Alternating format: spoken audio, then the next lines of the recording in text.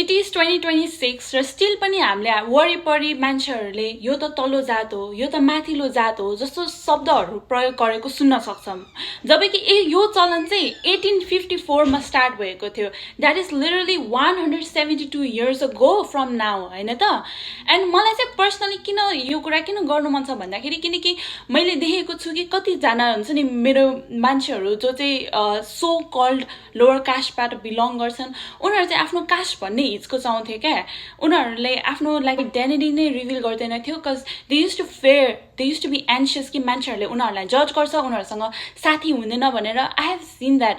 And मलाई चाहिँ personally यो एकदमै इनह्युमेन लाग्छ। एन्ड यो हो पनि, किनकि एउटा यदि कसै मान्छेलाई उसको जातले गर्दाखेरि नट इभन उसको एक्सन, उसको जातले गर्दा नै उसलाई भेदभाव गरिदिने, बे गर्न नखोज्ने, उसको जातले गर्दाखेरि उसलाई जुन जबको जो उसको हकदार छ त्यो नपाउने, हामीले स्टिल यस्तो चलनहरू हाम्रो सोसाइटीमा अहिले पनि देख्न सक्छौँ क्या, जुन चाहिँ कहिले जमानादेखि स्टार्ट भएको, होइन त। मलाई चाहिँ सबसे धेरै सकिङ चाहिँ के लाग्छ भन्दाखेरि जब कि हाम्रो यङ्स्टर्सहरू मेरो उमेरको जस्तोहरूले चाहिँ जब यस्तो कुराहरूमा विश्वास गर्छन् र यस्तो चलनहरूलाई अझै बढावा दिन्छ, त्योहरू देखेर चाहिँ मलाई एकदमै वियर्ड, एकदमै सकिङ लाग्छ क्या।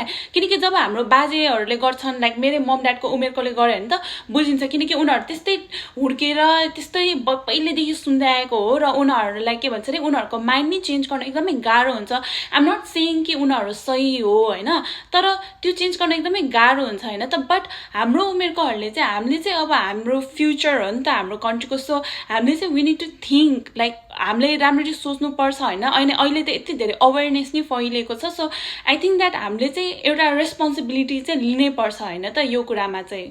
एन्ड अनदर थिङ इज कि कसरी चाहिँ मान्छेहरूले स्टिल बिलिभ गर्छ कि जातले गर्दाखेरि त्यो मान्छे चाहिँ सानो भयो र सो कल्ड यदि एउटा अर्को जात छ भने चाहिँ त्यो मान्छे ठुलो, कि अर्को त्यो जात छ भने चाहिँ त्यो मान्छे सानो। त्यस्तो केही पनि हुँदैन, किनकि हामी सबैजना at the end of the day we are all same र हाम्रो ह्युमन बडी एउटै हो, हाम्रो इमोसन एउटै हो, होइन, हामीहरूको फिलिङ्स भनेको एउटै हो। Why are we discriminating just because कि उसको कास्ट यो छ भन्ने बित्तिकैमा त्यो चाहिँ त्यसलाई किन पापको हिसाबले गरिन्छ क्या। मैले चाहिँ किन यो विषय बारेमा बोलेको भन्दाखेरि किनकि मलाई चाहिँ डिपली फिल हुन्छ कि यदि कसैको कास्टले, जातले गर्दाखेरि त्यसरी भेदभाव गर्नु भनेको एकदमै एउटा अमानवीय व्यवहार हो क्या, एकदमै। एन्ड यो चाहिँ अब अफकोर्स डेफिनेटली यदि तपाईँको अब पहिल्यै बच्चैदेखि होला त्यो पनि आई क्यान अन्डरस्ट्यान्ड, होइन त। And we can change it, because योले गर्दाखेरि सोसाइटीमा धेरै हादसाहरू भएको छ, धेरैको there is a lot of things that happen. तपाईँहरूले हेर्नु नै सक्नुहुन्छ न्युजहरू।